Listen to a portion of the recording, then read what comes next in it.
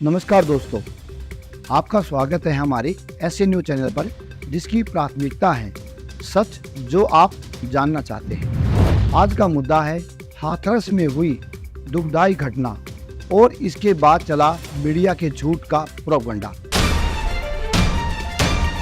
हरियाणा के संत रामपाल सतलोक नाम से आश्रम चलाते थे। उन पर यह आरोप लगा था कि उनके आश्रम की ओर से बनवाए गए अस्पताल में गर्भपात होता था। कुछ बड़े धार्मिक बाबा टैलेंट हंट करते हैं, सही कैंडिडेट पर इन्वेस्ट करते हैं और फिर उसकी मार्केटिंग करके देश विदेश में खूब कमाई करते हैं। और जिस दिन ऐसे धर्मगुरुओं के पाप का घड़ा भर जाता है, उस दिन ये अपने डेरे से और अपने संप्रदाय से खुद को बचाने के लिए दंगे करवाते हैं। आइए अब ले चलते हैं आपको आज के मुद्दे पर। भ्रष्ट मीडिया का झूठ का होगा पर्दाफाश। ऐसी दुनिया में जहां मीडिया पर सच को उजागर करने का भरोसा किया जाता है, कभी कभी यह विश्वास टूट जाता है। आज हम उस मामले की पड़ताल करेंगे जिसमें संत रामपाल जी महाराज एक धार्मिक गुरु को अंतर्राष्ट्रीय मीडिया घरानों द्वारा बिना किसी शोध और तथ्यों की जांच के बदनाम किया गया। आइए संत रामपाल जी महाराज पर लगाए गए फर्जी आरोपों की जांच करते हैं।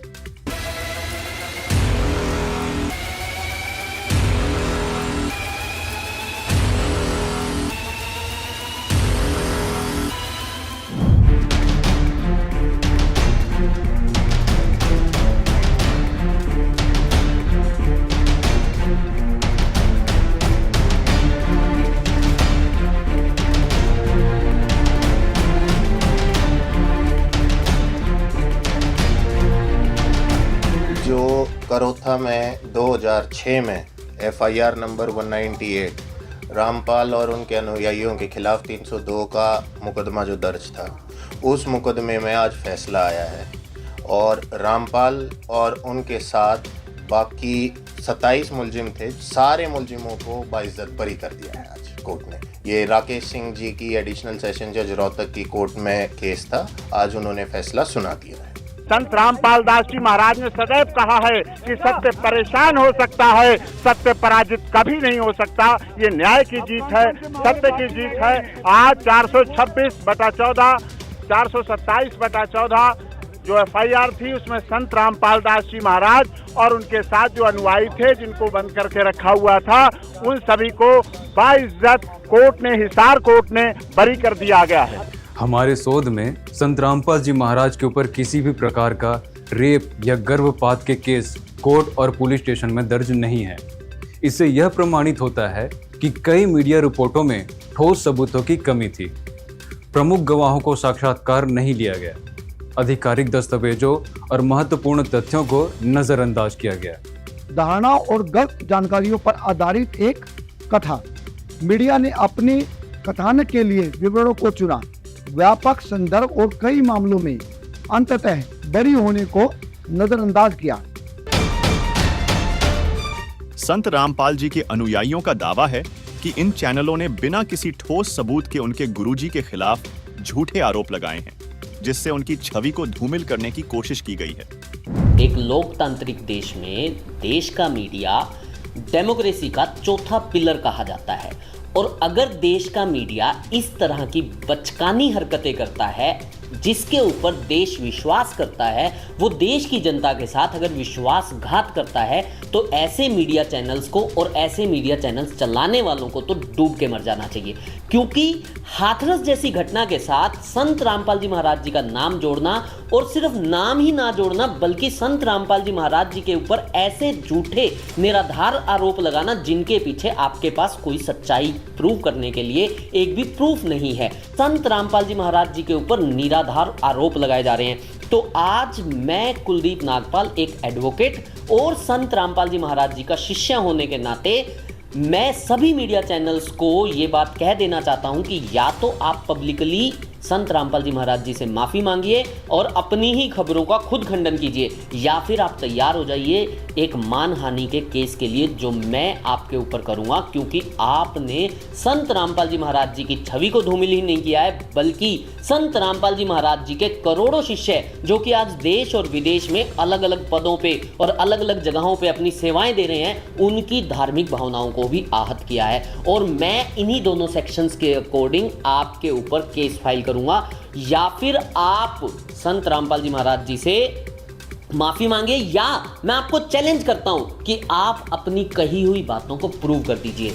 क्योंकि अगर आपके पास देश की जनता से विश्वासघात करने के पीछे कोई आधार नहीं है, तो आपको देश की जनता से विश्वासघात करने का भी कोई अधिकार नहीं है। आप या तो सुधर जाइए या फिर आप सुधरने के लिए तैयार हो जाइए, क्योंकि देश की न्यायपालिका भी आपको सुधार सकती है।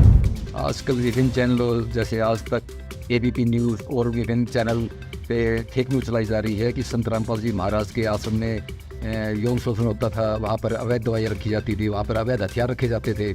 मैं सभी इन फेक न्यूज़ का खंडन करता हूँ। मैं संत रामपाल जी महाराज काउंसिलर होते हुए इन सभी फेक न्यूज़ का खंडन करता हूँ, और किसी भी चैनल को हमारे संविधान में अधिकार नहीं दिया गया कि वो किसी भी संत की या उसके करोड़ों शिष्यों की धार्मिक भावना को आहत पहुँचाए और उनके खिलाफ जो भी गलत अफवाह फैलाए। तो मेरी सभी चैनल से अनुरोध है और चेतावनी भी है कि जल्दी जितनी भी जो भी फेक न्यूज़ चल रही हैं उनको तुरंत बंद किया जाए, अदरवाइज उन पर लीगल एक्शन लिया जाएगा। लोकतंत्र का चौथा स्तंभ बोले जाने वाले मीडिया का काम है कि लोगों को सच्चाई से अवगत कराना, ना कि उन्हें किसी प्रकार से गुमराह करना। लेकिन कुछ दिनों से जो हम उनकी रिपोर्ट संत रामपाल जी महाराज के बारे में न्यूज़ चैनल्स पे देख रहे हैं, उससे तो यही साबित होता है कि मीडिया हाउसेज अपनी टीआरपी के लिए किसी भी हद तक जाने के लिए तैयार हैं, किसी की साख तक को धूमिल करने के लिए तैयार हैं, जो कि उन्हें बिल्कुल भी शोभा नहीं देता है। सेक्सुअल हरासमेंट जैसी जो न्यूज़ संत रामपाल जी महाराज के लिए वो अपने चैनल्स पे दिखा रहे हैं, तो मैं आपके चैनल के माध्यम से उन्हें बता देना चाहती हूँ कि आज तक ना तो इस प्रकार की कोई भी एफआईआर किसी भी थाने में संत रामपाल जी महाराज के खिलाफ दर्ज की गई है, ना ही किसी कोर्ट में ऐसा कोई मुकदमा चला है। इस प्रकार से गलत न्यूज़ दिखाने के लिए मीडिया हाउसेस की जवाबदेही बनती है। लीगली भी उन पे एक्शन लिया जा सकता है। एज पर BNS 501, 502, 503 में ब्रॉडकास्ट मीडिया और प्रिंट मीडिया को गलत न्यूज़ दिखाने के लिए डिफेमेशन जैसे केसेस का सामना करना पड़ सकता है, जिसमें उन्हें 2 साल की सज़ा और फाइन भरना पड़ सकता है। तो मैं आपके चैनल के माध्यम से सभी मीडिया हाउसेस को चेतावनी भी देना चाहती हूँ, और उन्हें थोड़ा सा सतर्क होने के लिए भी मेरी एडवाइस रहेगी कि इस प्रकार से गलत न्यूज़ दिखाकर किसी की भी साख को धूमिल करना उनको शोभा बिल्कुल भी नहीं देता है, और लोग इससे गुमराह होते हैं। लोगों को आप सच्चाई दिखाएं, ना कि उन्हें किसी के खिलाफ गुमराह करें। या तो वो झूठ बोलना बंद कर दें, नहीं अपनी चैनल को बंद करवा के रखेंगे, और हम कोर्ट में भी घसीट देंगे, तो हम बख्शने वाले नहीं। संत रामपाल जी महाराज जी को किसी भी दोषी के साथ में एक सच्चे संत को दिखाना, ये आज तक वालों ने गलत किया है। बिल्कुल ऐसा इन्होंने करना नहीं चाहिए था। ये बिल्कुल फेक दिखाता है, झूठ दिखाता है। आप भ्रष्ट मीडिया हो चुके हो, सच्चाई को तो जानते हो नहीं। जो भी झूठी चीजें होती है ना, उसको लाके आप थोप देते हो। संत रामपाल जी महाराज एक सच्चे समाज सुधारक हैं। उनके प्रति इतना गलत न्यूज़ दिखाना, इसका मतलब आप पूरी तरह से बिक चुके हो, भ्रष्ट हो चुके हो। मैं तो यही कहूँगा, भगवान से डरो।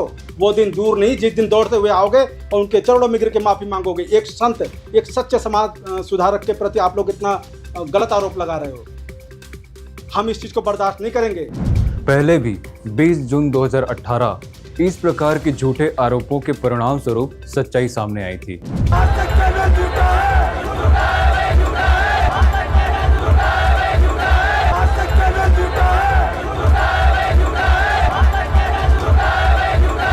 तो कुछ मीडिया घरानों ने मौखिक या लिखित रूप में माफी मांगी।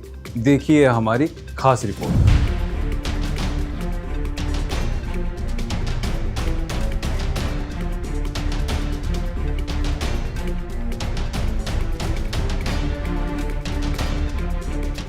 लेकिन यह माफी केवल एक ढोंग था, क्योंकि कुछ समय बाद फिर इन्होंने बहानेबाजी करके बदनामी करते रहे। अपने चैनल की टीआरपी बढ़ाने के लिए केवल यह मीडिया घराने झूठ की सभी हदें पार कर जाते हैं।